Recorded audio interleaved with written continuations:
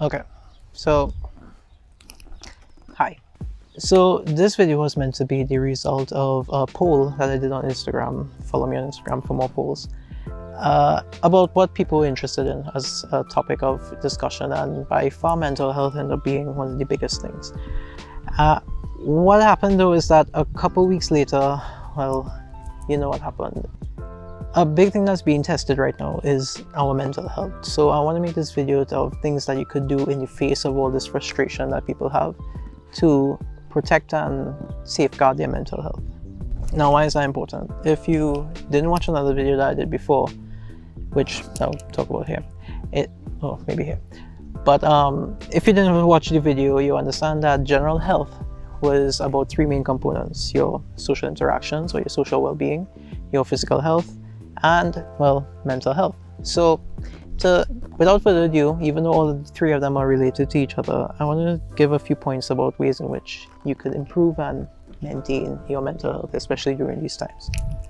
The first thing has to do with, well, what if you are stressed? Right now, you're in front of something and you see something and you have a deep, strong reaction to it, and the first thing you want to be is like, breathe.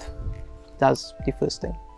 Take a breath, a few seconds, breathe in, hold it for a few seconds, and breathe out for a few seconds. Do that a couple times. What this does is that it takes the focus away from how it is you perceive the situation and about the situation itself, and focuses it on something else: your breathing and the quality of that breath. Secondly, well, breathing is kind of important for your functioning. The second thing I want to tell you is that in the face of all this information that comes to us, and a good bit of it is positive and is great, for the things that really stress us out, remember that you have the control of the information that you see. The timelines that you would see, whether it be on Facebook, Instagram, or YouTube, is based essentially on algorithms. And these algorithms are designed to display information that, one, is very popular, and two, is based on topics that you are interested in, and three, is based on things that a lot of people share that you also follow and are interested in, whether you talk to them very frequently or you like their content. What happens is that this is good for being able to understand something new that happens on your development, or some sharing good news. And it's also helpful for awareness about certain things. It's also great for sharing memes and videos on YouTube. But what it does at the same time is that it makes it really easy for misinformation to be spread and radicalized information to be spread. So you have the control. How do you have this control? Well, one, you could block them. Seems a bit extreme, but literally, if it's somebody who's a little too radical for you and you find that they're putting out a little too much information, and each time you just scroll and you're like, block them. Another thing you could do is maybe it's somebody you're close with, and maybe they're in this temporary space where you could try to talk to them. At the same time, you know, they're also posting up something a bit, you can unfollow them temporarily, or you could snooze them if you're on Facebook.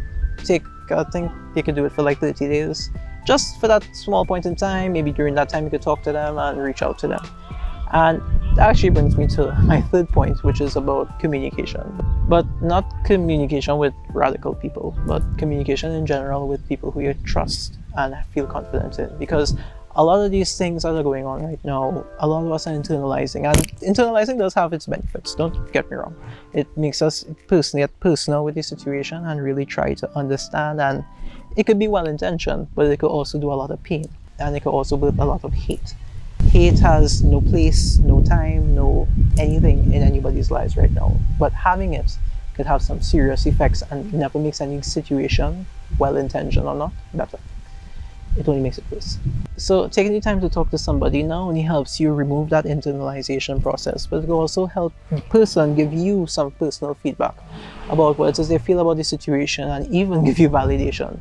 That validation could help your mental health, which is the topic. So the next thing I want to talk about is related to the previous point, and that was about control. But in this time I want to talk about taking a break.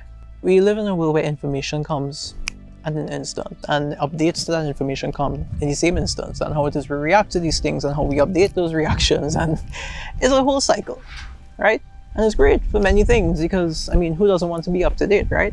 But the issue is that we have to understand that this is part of our lives, and it is not our lives. So we need to be able to control what it is we consume, how we consume it, and for how much time we consume it. The reason why that may be a bit tricky is because of a fear called the fear of missing out. And it basically is, as it is, this fear that we have that if it is we take a break from what we're doing right now, that we're going to miss out on something. If it is we turn off the TV, that suddenly that one time we're going to turn off the TV is the one time that some breaking news is going to come out and we won't be there to be informed. And that's far from the case. Even journalists whose job is to give you the most up-to-date information have to sleep and have to take a break. And you are no different. Take time off. I'm not saying to delete your account from social media and stuff, but if you need to delete some apps, delete the apps. If you need to put down your phone, put down your phone. Take some time off. Take a break. Another thing I want to talk about has to do with positively influencing your mental health. And it might come off as cheesy, but just hear me out. Firstly, we should start to get in the practice of telling ourselves something positive daily. How many times you went through a stressful situation or you gave yourself anxiety or panic because you were so negative about yourself, and how many times you've been putting yourself in this rut because of what's going on? It's a whole cycle. And to break that cycle, you have to be able to tell yourself something positive. So get into this habit of daily affirmations. Find a spot during the day. I tend to do it while I brush my teeth in the morning, so you can tell yourself something positive. So these daily affirmations can be really helpful because when you go through a stressful situation, you could fall back on it and remind yourself that, well, you're awesome.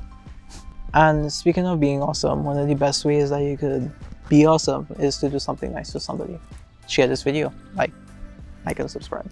So another way to protect your mental health has to do with gratitude. Specifically, I want you to be able to write down something or note about the things that you are grateful for, the people you're grateful for, the situations that you may have gone through. One of the ways you could do it was actually suggested to me by a really good friend of mine, and that's about putting the things that happened to you in a little jar.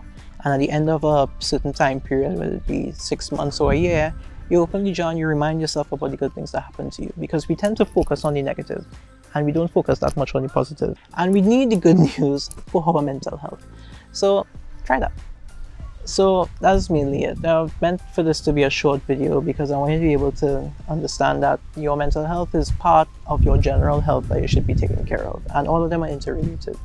A quick thing I want to point out though is that things that you do for other aspects of health, whether it be your physical health or your social well-being, also directly influence, positively speaking, your mental health. So really watch that video if you're really interested in knowing more about your general health and therefore your mental health. Thanks for watching the video. If you like it, share it, and take care.